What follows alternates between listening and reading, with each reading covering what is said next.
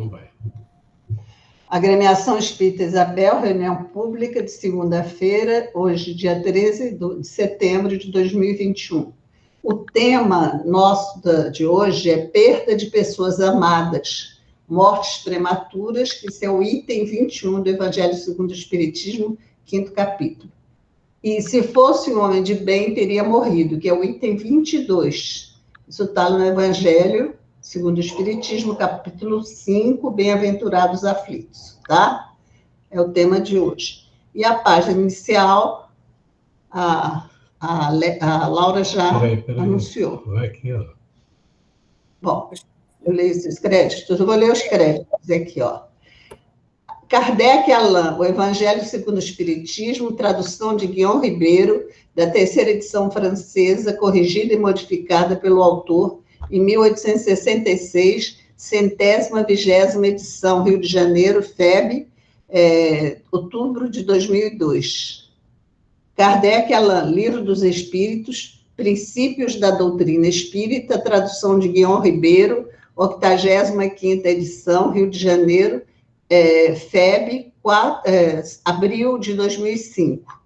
Xavier Francisco Cândido, Caminho, Verdade e Vida, pelo Espírito Emmanuel, 27ª edição, Rio de Janeiro, FEB, julho de 2006. E Xavier Francisco Cândido, Ramaciotti Caio, o livro Somos Seis, na sua segunda edição, lá de São Bernardo do Campo, em São Paulo, do Grupo Espírita Emmanuel, Sociedade Civil, editora 1976. Tá? Foram os livros que eu consultei por estudo. Tá ótimo. Então, agora eu vou passar a palavra para a Sandra. Deixa eu dar a página. A mensagem vai ser projetada? Vai. Não. Só um pouquinho.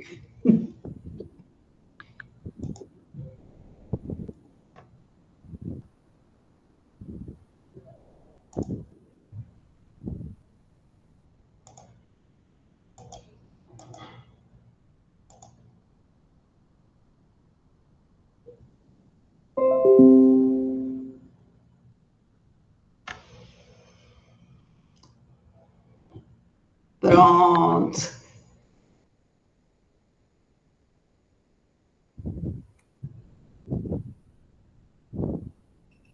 Podemos? Podemos. Então, hoje é o capítulo 125, do livro Caminho, Verdade e Vida, psicografado por Chico Xavier, editado por Emmanuel. O título é Filhos e Servos. Ora, o servo não fica para sempre na casa, o filho fica para sempre. Jesus está em João, capítulo 8, versículo 35. Na sua exemplificação, ensinou-nos Jesus como alcançar o título de filiação a Deus.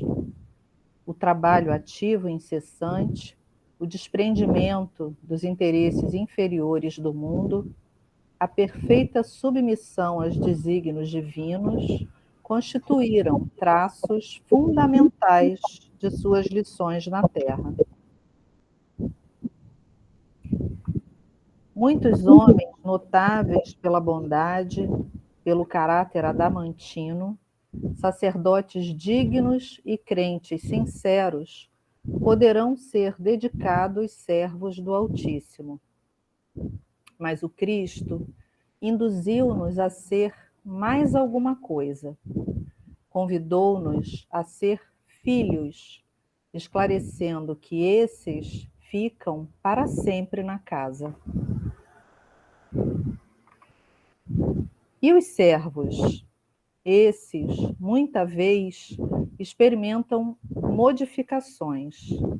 Nem sempre permanecerão ao lado do Pai. Mas não é a terra igualmente uma dependência, ainda que humilde, da casa de Deus? Aí palpita a essência da lição. O mestre aludiu aos servos como pessoas suscetíveis de vários interesses próprios. Os filhos, todavia, possuem interesses em comum com o pai. Os primeiros servindo a Deus e a si mesmos, porque, como servidores, aguardam remuneração. Podem sofrer ansiedades, aflições, delírios e dores ásperas. Os filhos, porém, estão sempre na casa, isto é, permanecerão em paz, superiores às circunstâncias mais duras, porquanto reconhecem, acima de tudo, que pertencem a Deus. É muito interessante, né, essa mensagem do Emmanuel, né? E a gente é que vai escolher, né? Como é que a gente quer se classificar, né? Obviamente que todos nós temos que começar como servos, né?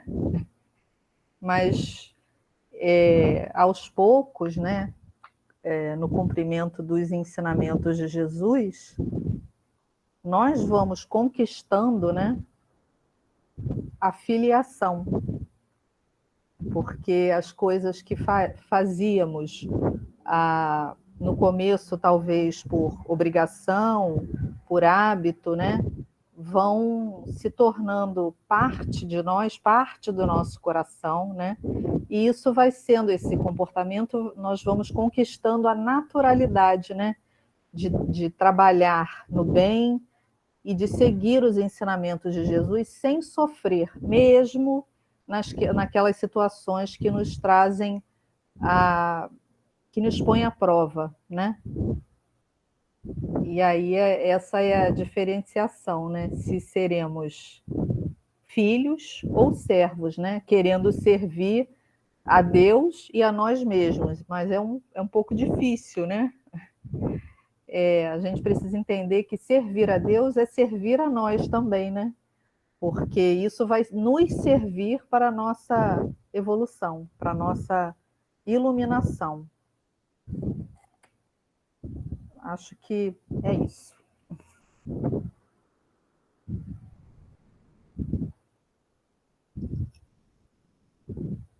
Obrigado, Sandra. Então, vamos agora envolver aqueles entes queridos que nós já tínhamos envolvido no começo da reunião, para que todos mentalizem seus amados, seus enfermos. Nós envolvemos também o nosso país, os nossos dirigentes, os que estão à frente dos hospitais, né? Para que tudo possa correr da melhor forma possível. A todos nós, enfim. Então, pedimos a Deus Pai que nesta noite abençoada permita que os bons espíritos, através de Jesus, cheguem até nós para iluminar o trabalho que vamos realizar, que é a reunião pública da nossa amada casa, da Agremiação Espírita Isabel, que já deixa saudades tão profundas em todos nós. Estaremos lá chegando, né, alguns do trabalho, alguns de casa, buscando os livros para colocar aqueles nomezinhos amados, né, para que eles pudessem ser abençoados. Eles agora serão abençoados através das vibrações do nosso pensamento. Pedimos a esses bons espíritos que protejam esse trabalho, para que nós possamos perceber que a presença amorosa de Jesus se encontra junto de nós, estejamos onde estivermos, que a gente escute as mensagens que a Vera vai trazer com muito carinho, com muito amor, porque essas mensagens são o alimento de que necessitamos para fortalecer nossos corações, persistir na luta com muita coragem, com muita fé e certeza de que tudo isso vai passar, Senhor. Por isso nós te somos gratos e te pedimos, com muito amor e com muita fé, que tu fique conosco hoje e sempre. Pedimos também que envolva a Vera, que vai ser a condutora do estudo dessa noite, para que ela encontre as mais lindas palavras de Jesus para consolar nossos corações aflitos. Que assim seja, Senhor. Graças então, a Deus. Vamos passar a palavra para a Vera, que vai apresentar um trabalho muito importante, dando continuidade ao capítulo 5, Bem-aventurados os aflitos, item 21, que é mortes prematuras, perda dos entes queridos, uma mensagem de Samson. 22 é uma mensagem de Fenelon. Vera, com a palavra. Vocês estão me ouvindo bem? Sim? Ah, que bom. Tá. Então, nós vamos hoje, né, continuar o estudo desse capítulo, do 5º capítulo, que é Bem-aventurados aflitos, né, em que Jesus trouxe, nas bem-aventuranças, ele considerou que os aflitos são os bem-aventurados, felizes, né? Por quê? Né? Porque a pessoa está aflita, em sofrimento, né? Mas, naturalmente, ele está se referindo àqueles aflitos que não se revoltam, né? Que aceitam as suas dores, as suas dificuldades, com fé, com confiança no amparo de Deus.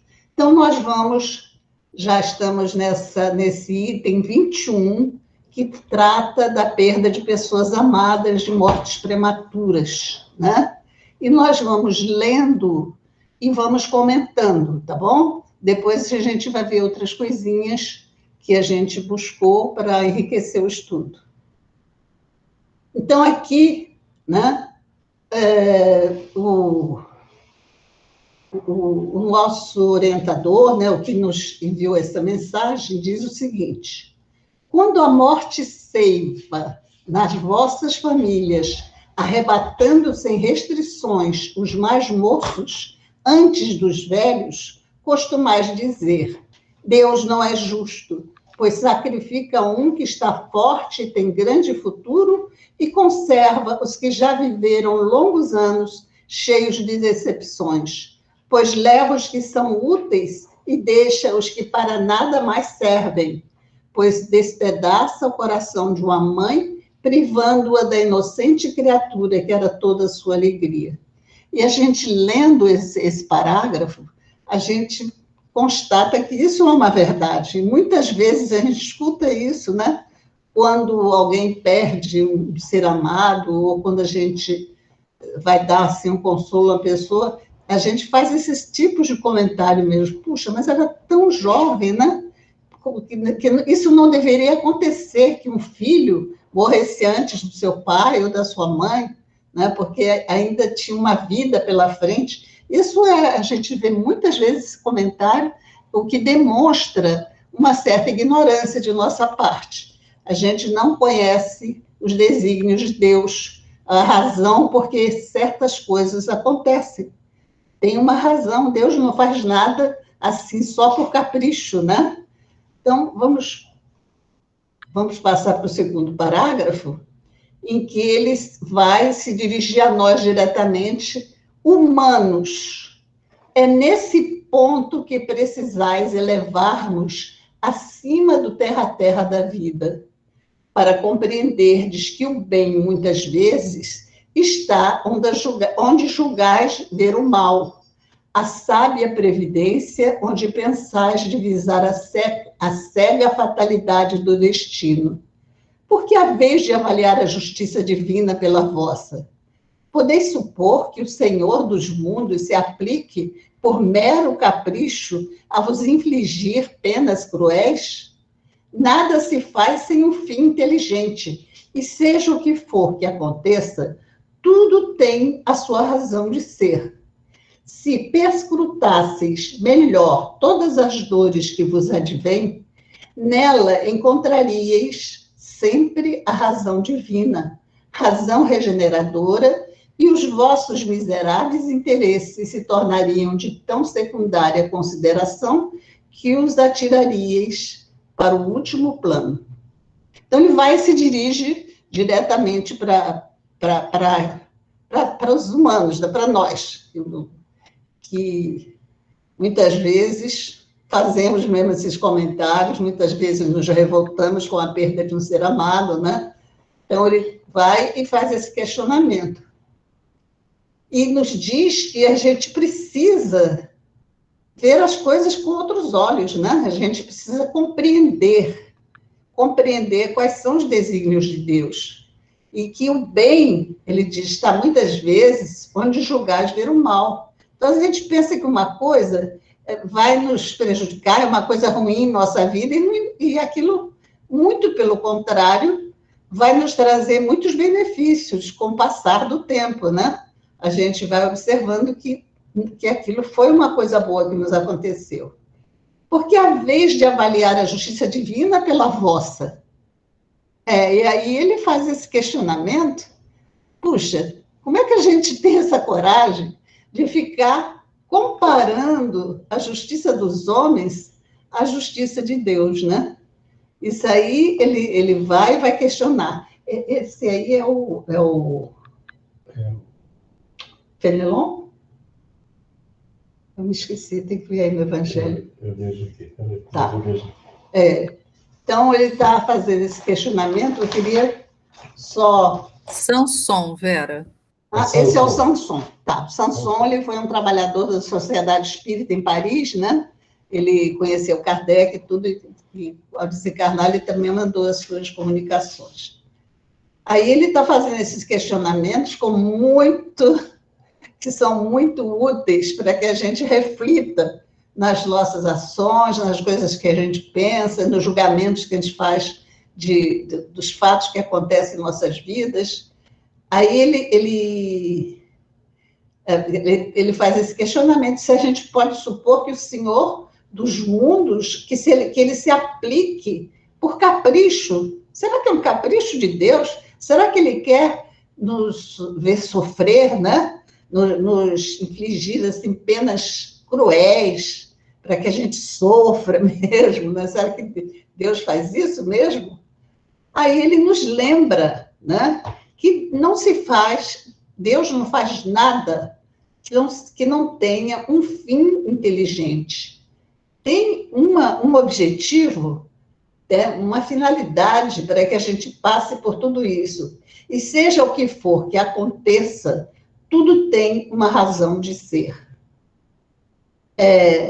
Se a gente fosse olhar assim, estudar profundamente todas as dores que acontecem, que chegam até nós, que nos acontecem em nossas vidas, nós íamos encontrar sempre uma razão divina, né? É uma razão regeneradora, alguma coisa que fosse mudar. Eu me lembro do meu próprio exemplo.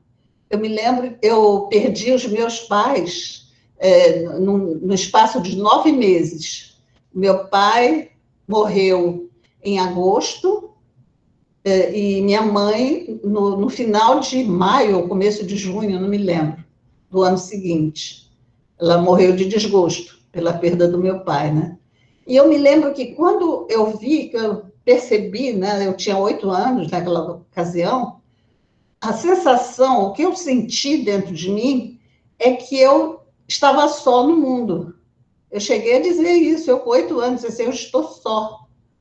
Né? Claro que estava cercada lá dos meus tios, de amigos que quiseram dizer, não, minha filha, você não está só, você tem a nós e tudo mais. A sensação que você perde aqueles seres mais próximos de você, em tenra idade, né? Então, essa sensação, eu vou ter que enfrentar a vida sozinha, né? Vou ter que caminhar pela vida sozinha.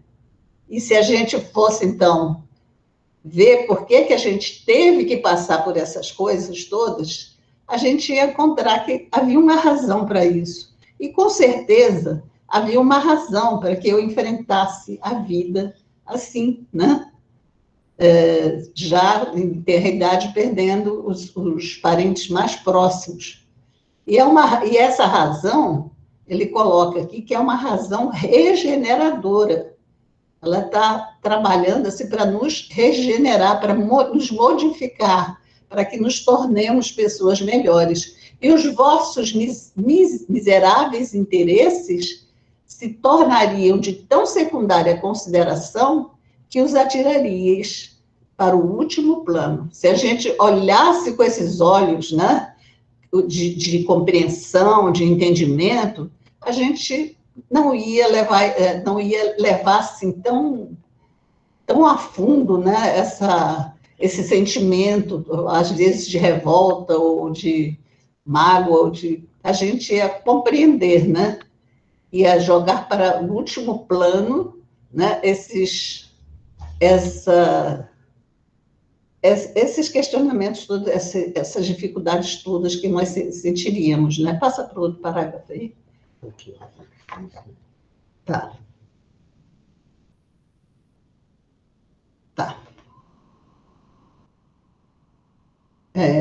Aqui, nesse próximo, crede-me, a morte é preferível numa encarnação de 20 anos a esses vergonhosos desregramentos que pungem famílias respeitáveis, dilaceram corações de mães e fazem que, antes do tempo, embranqueçam os cabelos dos pais. Frequentemente, a morte prematura é um grande benefício que Deus concede àquele que se vai e que assim se preserva das misérias da vida ou das seduções que talvez lhe acarretassem a perda. Não é vítima da fatalidade, é aquele que morre na flor dos anos. É que Deus julga não convir que ele permaneça por mais tempo na terra. Então, ele faz a gente refletir por que às vezes acontecem essas desencarnações assim, de pessoas tão jovens, né?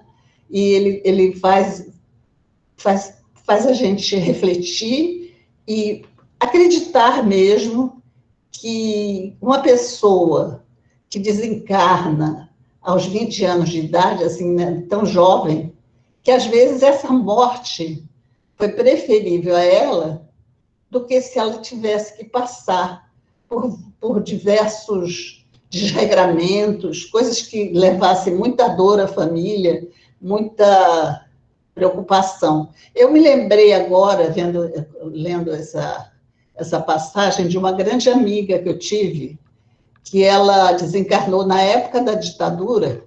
Ela era estudante da Faculdade Católica, Universidade Católica de São Paulo. E era uma menina, assim, claro, ela fazia um curso ela ia ser assistente social. E ela era muito envolvida em política, né? Aí ela recebeu um aviso de uns amigos que ela seria presa, que ela voltasse para casa e procurasse ir para algum lugar, fugisse. Então, no retorno para a casa dela, quando ela estava passando uma rua lá em São Paulo, tem um bairro que chama Aclimação, que tem muitas ladeiras, e ela estava cruzando uma dessas ruas lá da Aclimação, quando veio um carro da polícia e bateu no carro dela e ela veio a desencarnar com um acidente. Foi uma coisa assim, chocante para todos nós, a gente gostava, você queria muito bem, né? Então, os pais dela ficaram assim com aquela impressão que ela tinha sido assassinada, que aquilo tinha sido de propósito. E aí a minha prima me telefonou lá de São Paulo, relatando e pedindo que eu ajudasse, que eu fizesse alguma coisa. A primeira coisa que eu fiz foi mandar para os pais um dos livros lá de Chico, de Jovens no Além, que são jovens que relatam as suas experiências depois da desencarnação, né? Então, eu mandei para que eles lessem e falei, olha, se esse livro disser alguma coisa a vocês, procurem o Chico, vão ao Uberaba, fale com ele, ele vai trazer assim um consolo para os seus corações, né? E eles leram e foram. Eles foram até Uberaba, e no primeiro dia que eles chegaram lá, tinha muito pouco tempo da desencarnação dela, talvez uns 2 meses, eles receberam uma mensagem dela. O Chico recebeu uma mensagem dela. Uma mensagem dizendo que ela estava bem, que ela foi bem amparada depois do desencarne e tudo. E eles ficaram na dúvida. Por que eles ficaram na dúvida? Por causa da linguagem da mensagem. Era uma linguagem culta, muito, muito bem elaborada, né?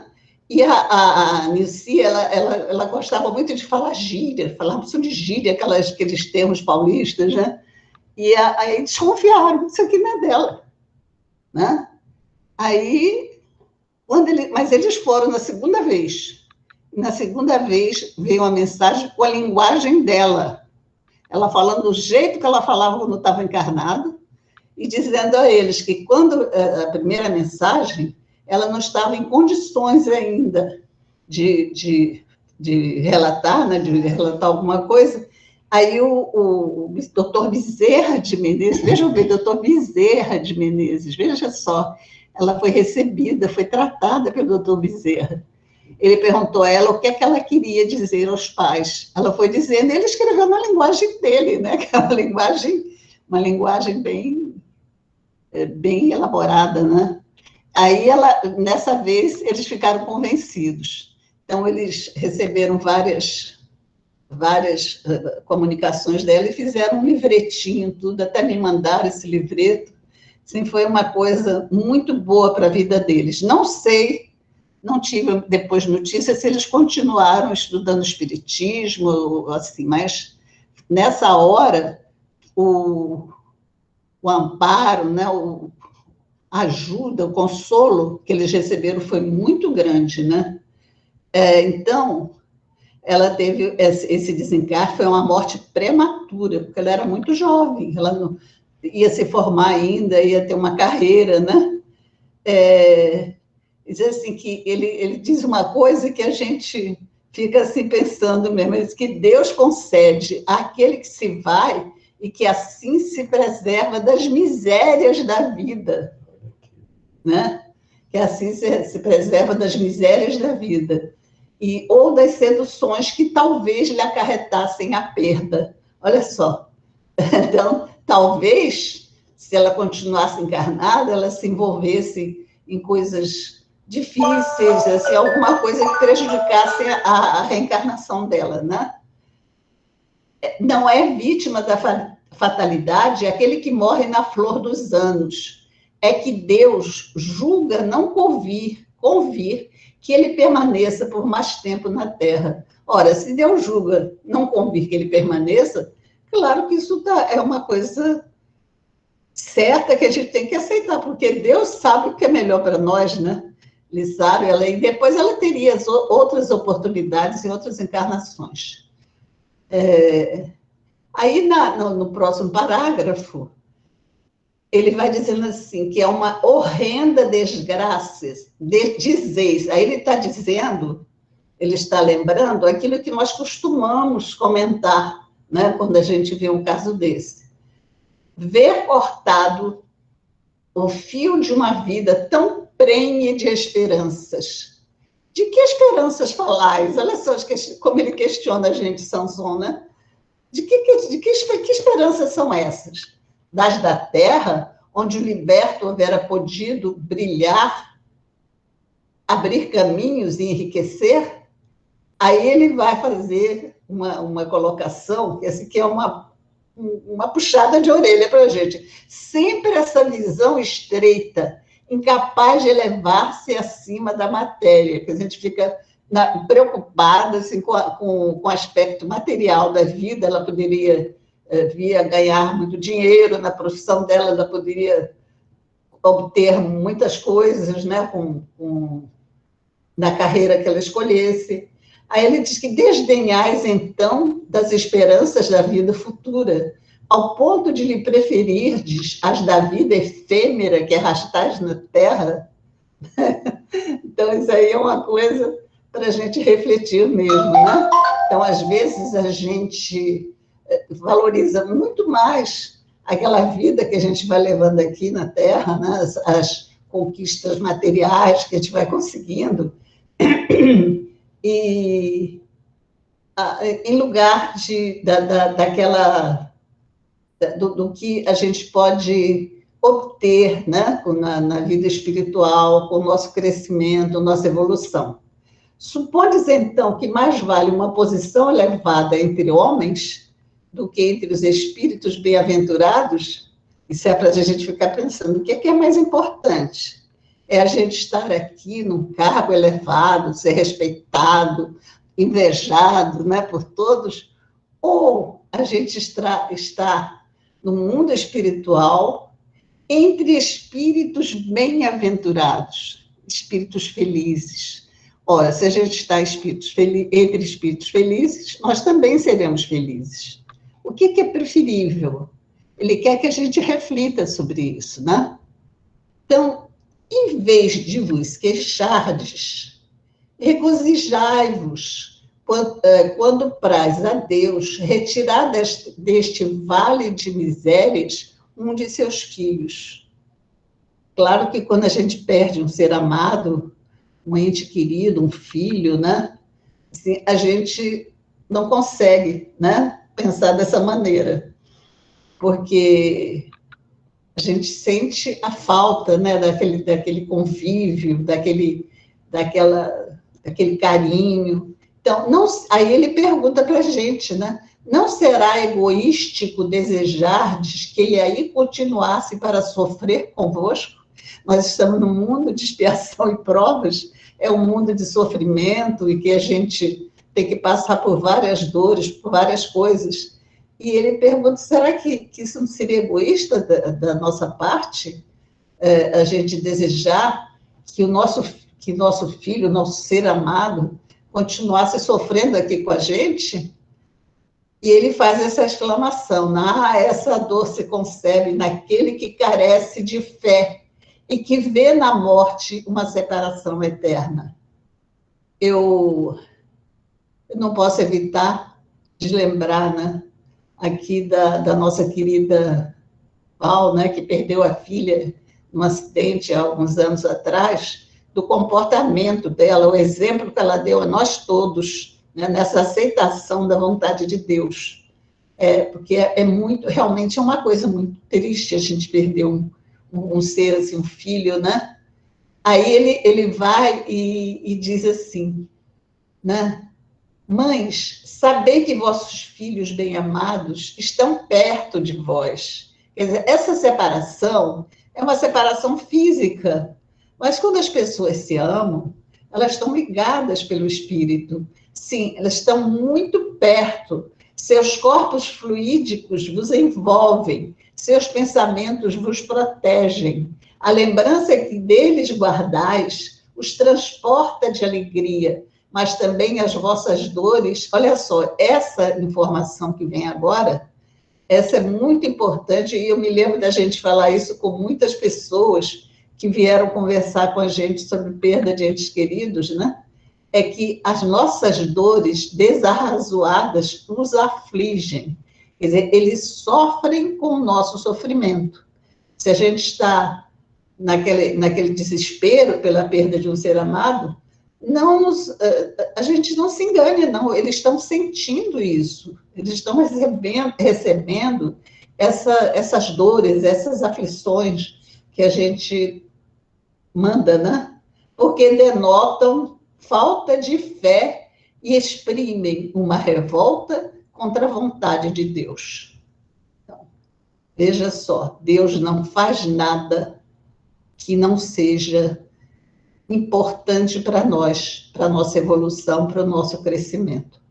Então, se a gente duvida da justiça divina, isso é também um sinal de revolta nossa, né?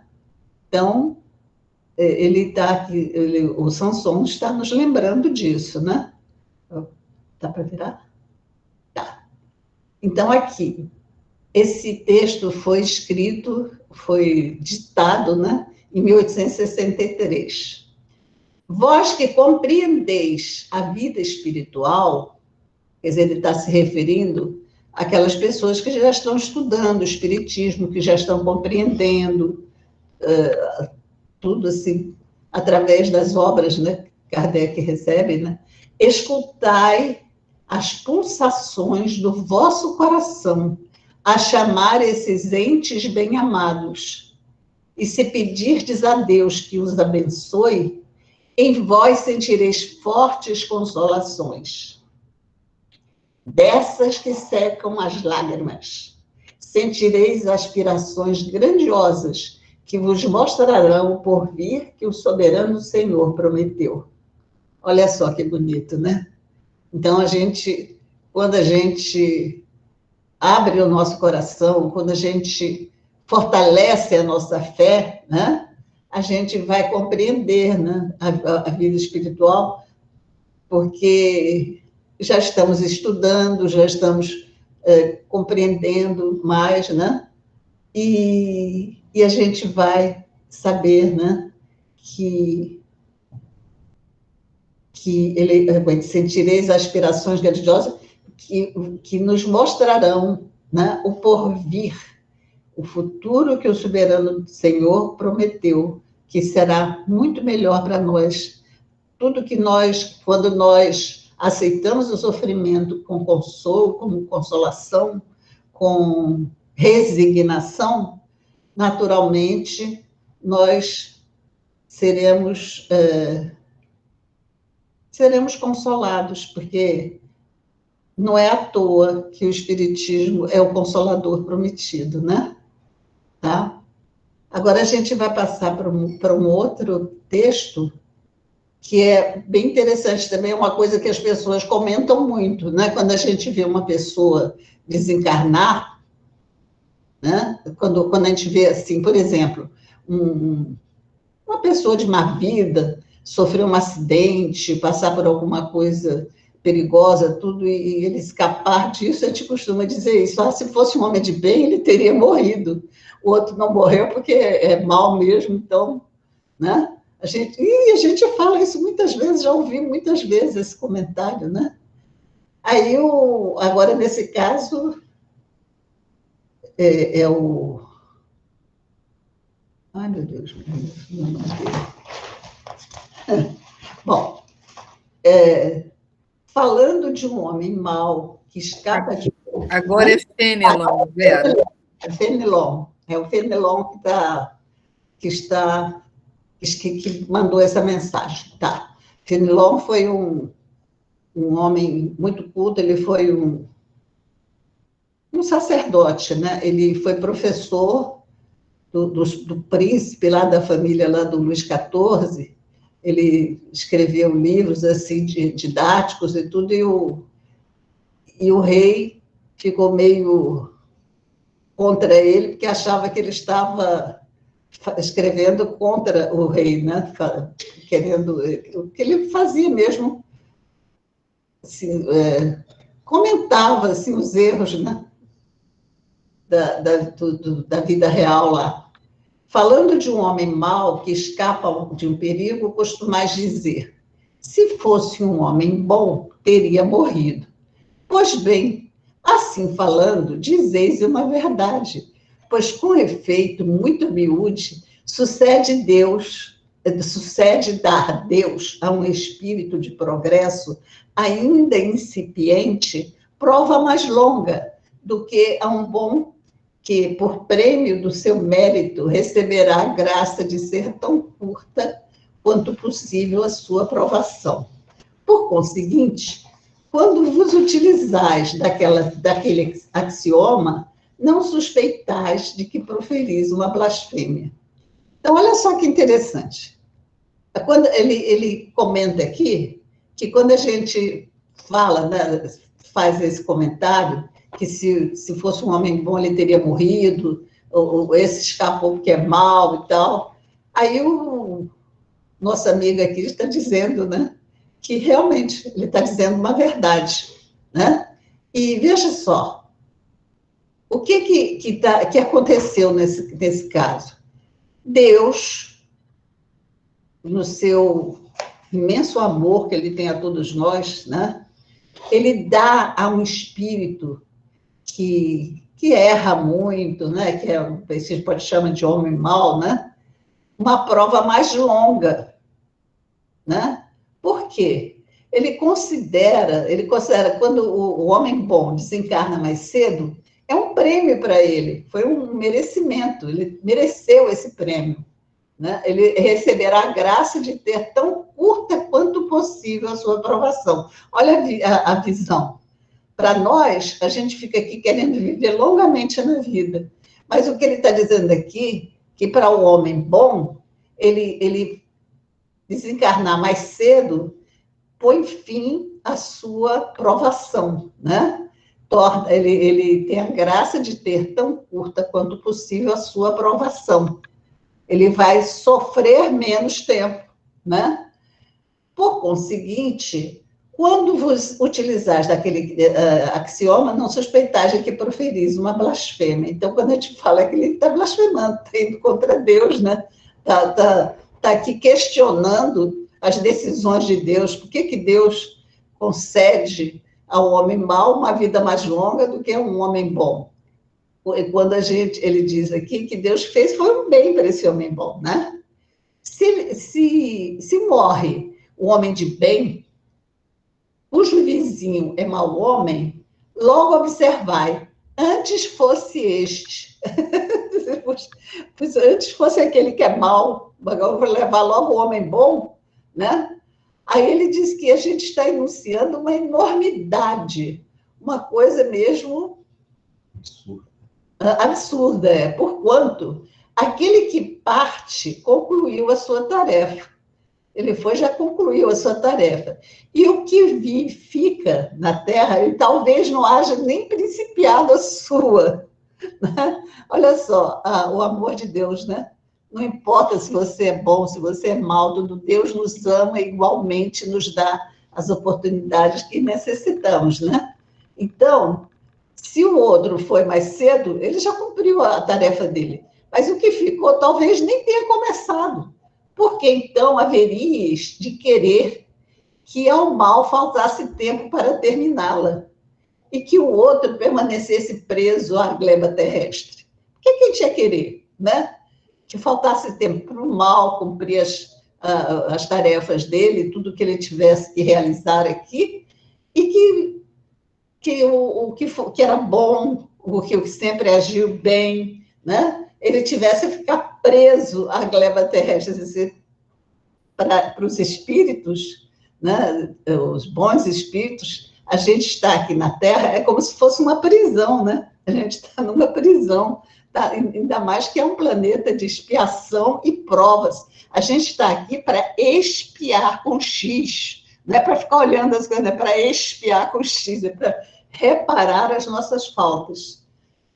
Então, que dirias se um prisioneiro que cumpriu a sentença contra ele pronunciada fosse conservado no cárcere, né? Ele já cumpriu tudo que ele tinha que cumprir, mas ficou lá preso, ficou no cárcere preso.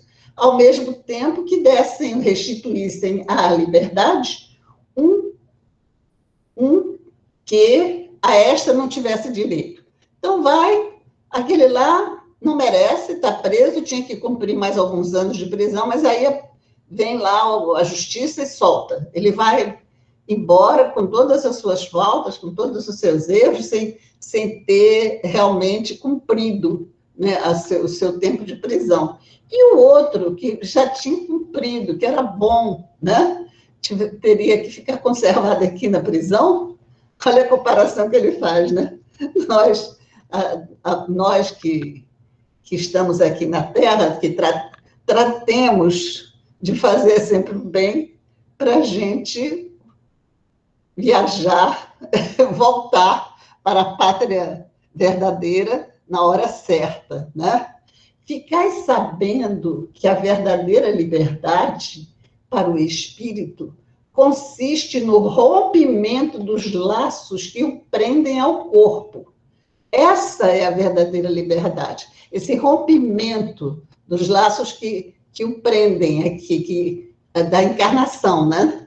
Que o prendem ao corpo, e que, enquanto vos achardes na terra, estareis em cativeiro. É assim que, essa é a visão desses bons espíritos sobre a nossa permanência aqui encarnados na terra. Nós somos cativos, nós somos prisioneiros dos nossos erros passados, estamos aqui para resgatar as nossas faltas. Estamos numa prisão mesmo, né? É isso que ele coloca, né? Aí, seguindo, né?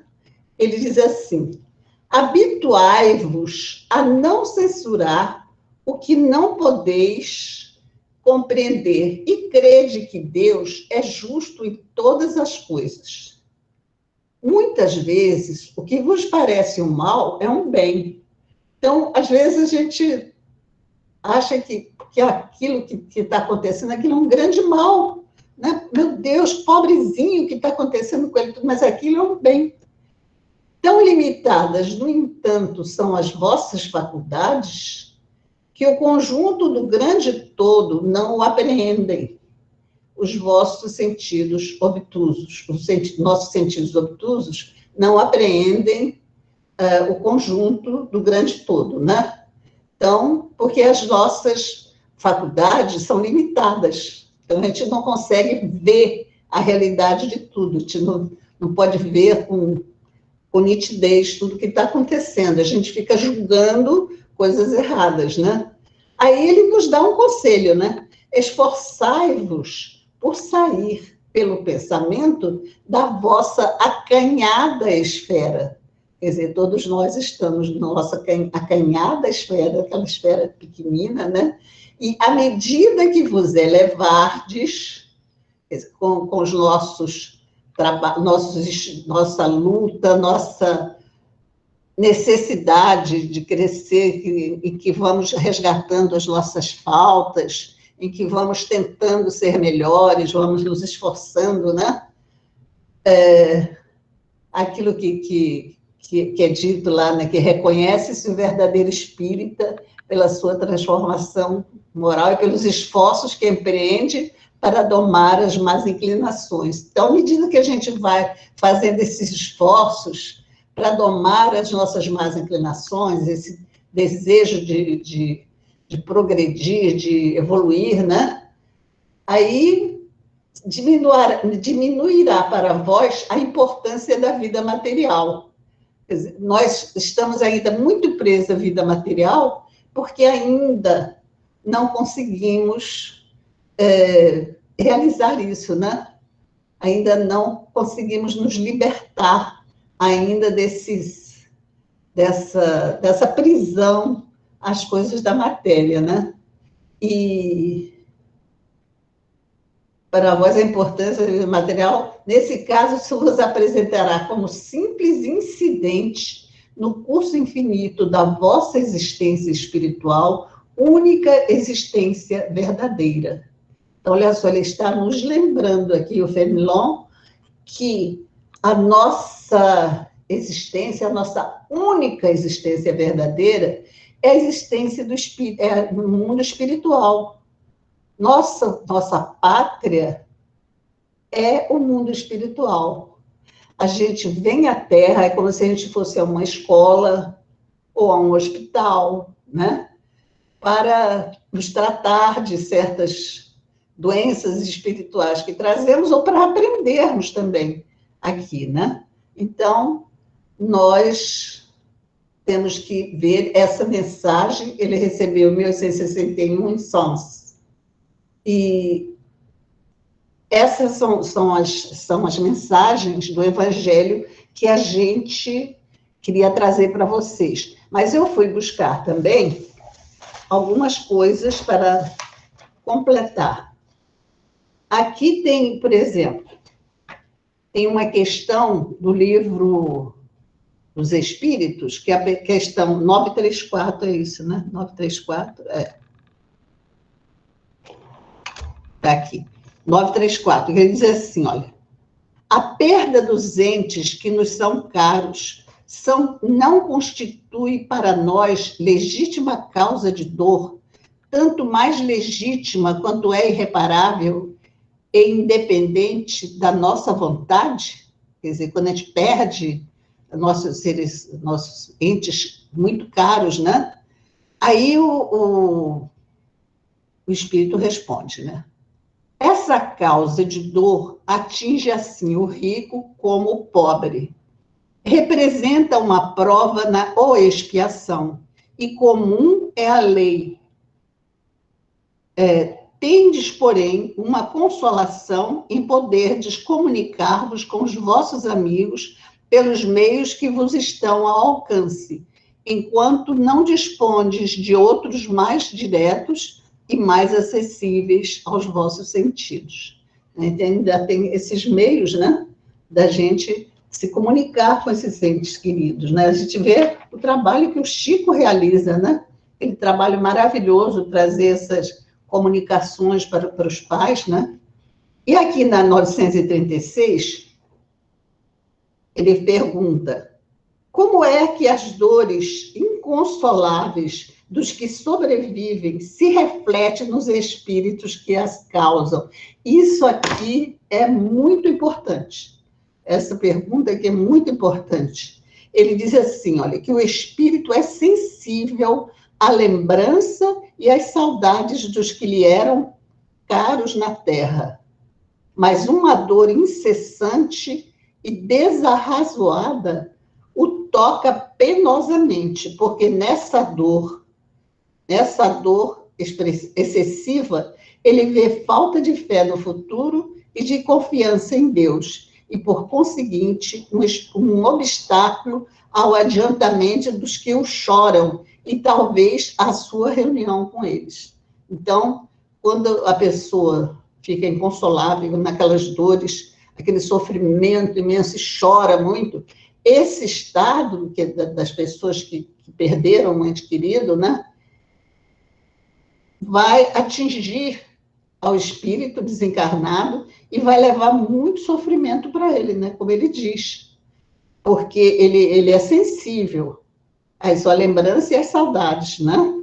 E quando essa saudade, é uma coisa assim, muito excessiva, né? A ponto de tirar até a tranquilidade, né, do desencarnado, ele está mostrando ali falta de fé no futuro e de confiança em Deus, porque Deus não abandona ninguém, né? Em nenhum estado. Tem uma parte aqui que é o comentário de Kardec, que eu até botei para a gente ler, olha. Façamos ainda a este propósito outra comparação. Tendes um amigo que junto de vós se encontra em penosíssima situação. Sua saúde ou seus interesses exige que vá para outro país, onde estará melhor a todos os respeitos. Deixará temporariamente de se achar ao vosso lado, mas com ele vos correspondereis sempre. A separação será apenas material. Desgostar-vos-ia o seu afastamento, embora para o bem dele? Será que a gente ficaria mesmo sentido? Tinha outra coisa que tinha marcado. Bom, acho que era esses dois mesmo. É isso aí. Tá, e tem também aqui eu trouxe não sei se vocês conhecem, esse livro, Somos Seis. Tá vendo? Dá para ver?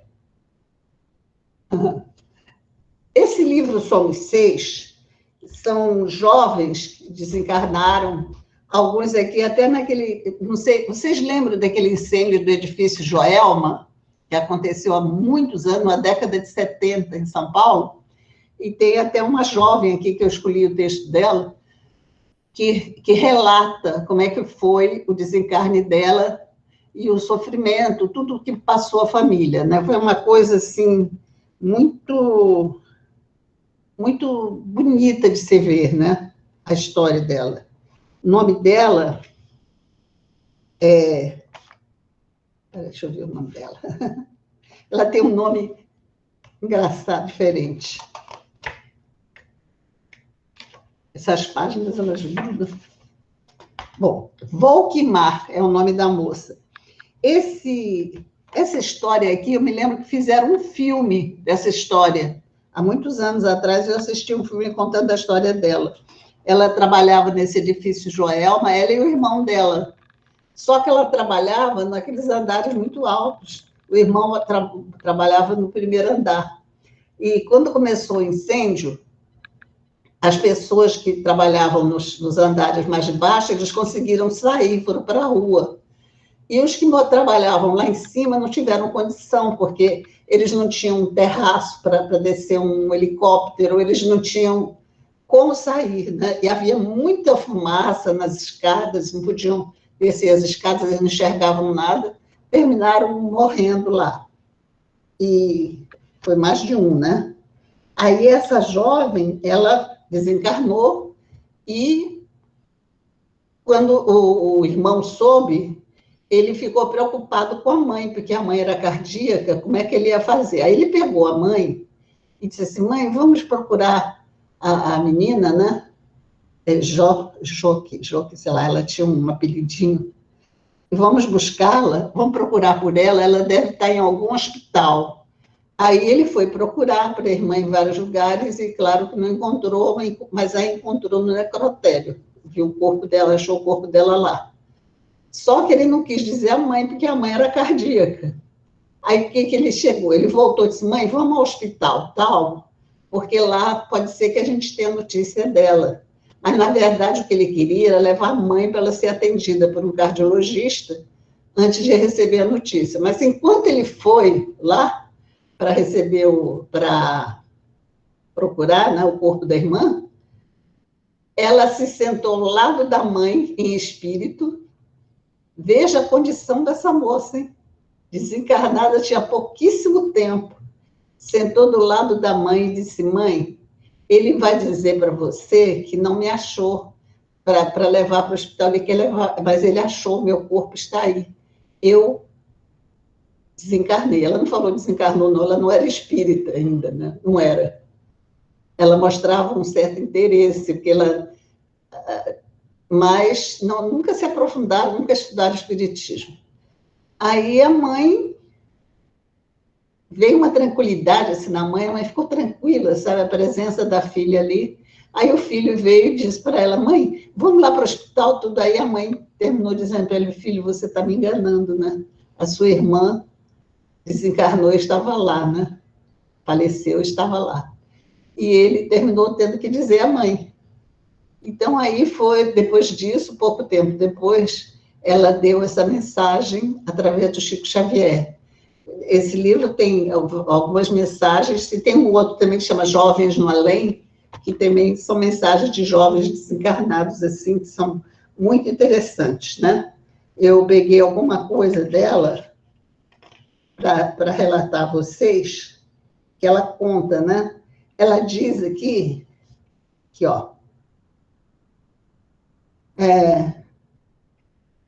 sim. Aí a mãe estava preocupada porque depois, mais tarde, ela recebeu um dinheiro que tinha a ver com esse drama todo, né? E ela comprou um apartamento e ela estava preocupada, será que eu fiz certo? Depois da morte da minha filha, tudo. Aí a filha diz para ela, né? Que ela tinha feito muito certo e que ela ficava muito feliz de ver a mãe morando agora no apartamento. Cadê onde é? Estou satisfeita por haver adquirido um apartamento mais compatível com as nossas necessidades. Fui eu mesma, com o auxílio de meu avô, de meus outros benfeitores, quem lhe forneceu a ideia de aproveitarmos a ocasião para a compra. Olha que interessante isso. Ela estava numa condição muito boa, né? Ela foi recebida pelo avô dela. E o avô dela ajudou muito, logo depois do desencarne dela. Meu avô e nossos amigos, Augusto e José Roberto, que eram outros jovens também desencarnados, estão aqui conosco. Agradeço às nossas queridas amigas Yolanda e Helena, a Cássia e outras irmãs pelo incentivo à confiança em Deus que estamos recebendo.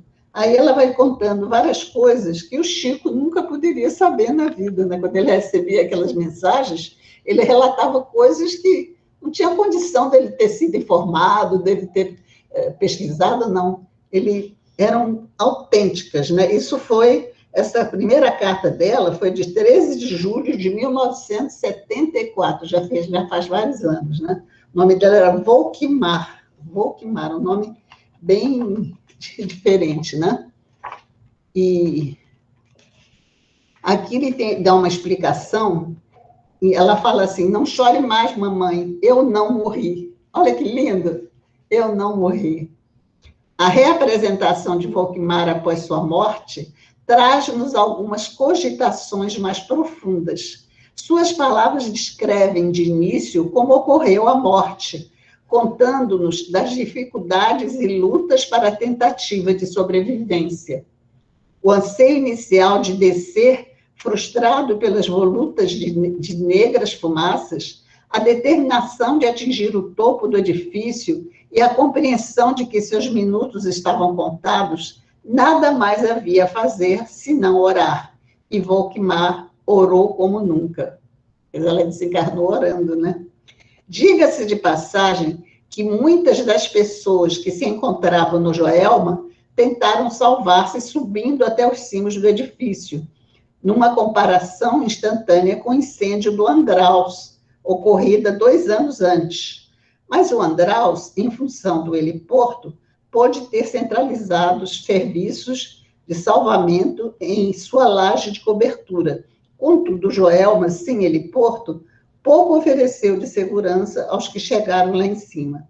Muitos morreram carbonizados, enquanto os outros se jogaram, encontrando a morte no violento choque com o chão. O salvamento do Joelma se processou basicamente através das escadas Magiros, e foram mais beneficiados nas tarefas de socorro os que puderam permanecer nas laterais do edifício e nos andares intermediários ou mais baixos, onde os intrépidos bombeiros podiam atuar. E, após descrever os momentos últimos de vida, Volkmar faz um comentário que aparentemente pode causar surpresa entre os que não estão familiarizados com as notícias a respeito da vida após a morte. É quando diz que há irmãos entre os que morreram que se encontram hospitalizados no plano espiritual, que se reconhecem desfigurados por falta de preparação íntima na reconstituição da própria forma. É que, como sabemos, morte não significa mudança milagrosa das condições de vida, e sim a ida do espírito para o mundo espiritual, em que passa a individualizar-se através do espírito, ou corpo espiritual, envoltório sutil que lhe dá forma. O corpo físico é, aliás, reprodução bastante aproximada do corpo espiritual. Né? Acho interessante essas explicações que são dadas aqui, né? E aí ela diz assim: alguns companheiros que pereceram no Joelma apresentaram, alguns meses depois ainda, o corpo espiritual em processo de recuperação, muito rica de informações do pleno desconhecimento do médium, informações tão numerosas pelo anseio de colocar em dia todos os assuntos pertinentes à situação do reencontro. A mensagem de Volkmar exprime a vontade de atualizar o papo, acalmando mais amplamente o coração materno. Assim, à medida em que formos identificando os nomes... Bom, aí ele vai dando o nome das pessoas que ela cita, né? Na carta dela. É uma coisa, gente, muito bonita, muito comovedora a gente ler essas cartas e ver assim que, às vezes, você vê, eles não tinham eles não tinham conhecimento muito do espiritismo, né? A mãe dela, uma vez, tinha ouvido falar do Chico Xavier, uma amiga dela tinha falado do Chico Xavier para ela. Quando a filha desencarnou, ela teve vontade de falar com o Chico, e ela soube que ele estava numa cidade lá próxima de onde ela morava, ela era de São Paulo. Quer dizer, ela morava em São Paulo, mas ela era daquela região do Vale do Paraíba, né? Então, ela foi lá ver o Chico, né? E o Chico deu algumas notícias da filha, sem conhecer, sem nada, mas ele falou, citou parentes e tudo, né? E depois ela foi a Uberaba, foi lá falar com o Chico. Foi lá em Uberaba que ela recebeu essas mensagens da filha, né? Muito bonito mesmo. Eu recomendo a vocês que leiam esse livro, se vocês puderem. Esse Somos Seis e o outro, Jovens no Além. São 2 livros muito bonitos que relatam esse trabalho maravilhoso que o Chico realizava. Quando nós fomos visitar o Chico uma vez, tinha uma senhora de São Paulo também, uma pianista até, ela era professora de piano. Ela tinha perdido o filho num esses acontecimentos tristes, né, de meninos brincando com a arma, 2 rapazes brincando com a arma disparou, o filho dela morreu, né? E ela ficou a vida inteira achando, ela ficou no íntimo dela, ela ficou achando que o amigo tinha feito de propósito. Não tinha, né? Mas ela ficou com aquele coisa. Só que essa senhora, nessa época que o filho dela morreu, ela tinha perdido vários parentes da família, inclusive o marido, né, dele. Ela perdeu irmão, perdeu pessoas da família próximas a ela e perdeu a filha. Perdeu o filho, aliás, o filho. Então, ela começou a ter pensamentos, assim, de morte. Ela queria morrer. Intimamente, ela estava querendo morrer, que a vida dela, ela achava que não tinha mais sentido. Isso é até um pensamento perigoso, porque pode levar a pessoa depois a cometer um suicídio, né? Mas aí, alguém indicou que ela fosse ao Chico Xavier. Ela foi mais de uma vez. Mas nessa vez que nós fomos, ela recebeu a mensagem do filho, foi muito emocionante mesmo. E ele relata pediu para ela esquecer aquilo que o rapaz não fez de propósito, né? E ele relatava que ele sabia que ela tinha perdido aqueles entes todos queridos, todos muito próximos, e depois até o próprio filho daquela maneira. Então ele pediu a ela que ela não pensasse em morte. Você tem muita vida, tem muita coisa a realizar, você dá suas aulas de piano, tantos jovens que precisam estar lá aprendendo música com você, tudo. Ele dá vários conselhos à mãe para que ela não pense mais em morte, né? É uma coisa interessante, porque se alguém diz, o Chico chutou, como é que o Chico podia pensar, saber que ela estava com esses pensamentos? Ela não disse para ele, né? E isso é uma coisa muito emocionante, gente, porque o Chico ficava horas recebendo essas mensagens, horas, e nesse dia que a gente foi, ele estava muito resfriado, ficava uma pessoa ajudando ele lá.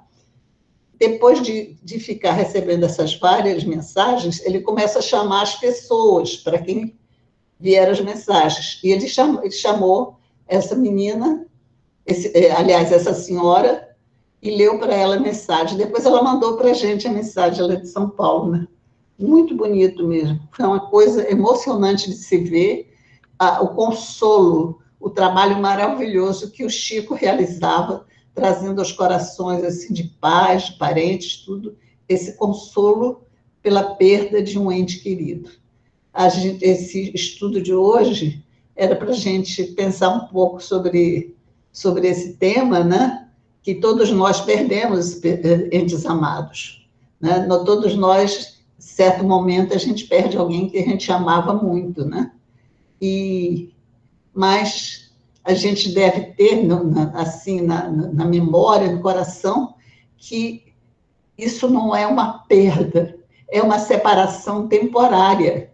Vai chegar um momento em que, se Deus permitir, as pessoas se reencontram, vão estar juntas, vão trocar carinhos como antes, né? Essas são assim, coisas que a gente deve guardar no coração, esse consolo maravilhoso que a doutrina espírita traz para todos nós. Tá, gente? Será que a gente queria conversar com vocês hoje? Eu agradeço muito a atenção e a vibração de todos vocês. Obrigada.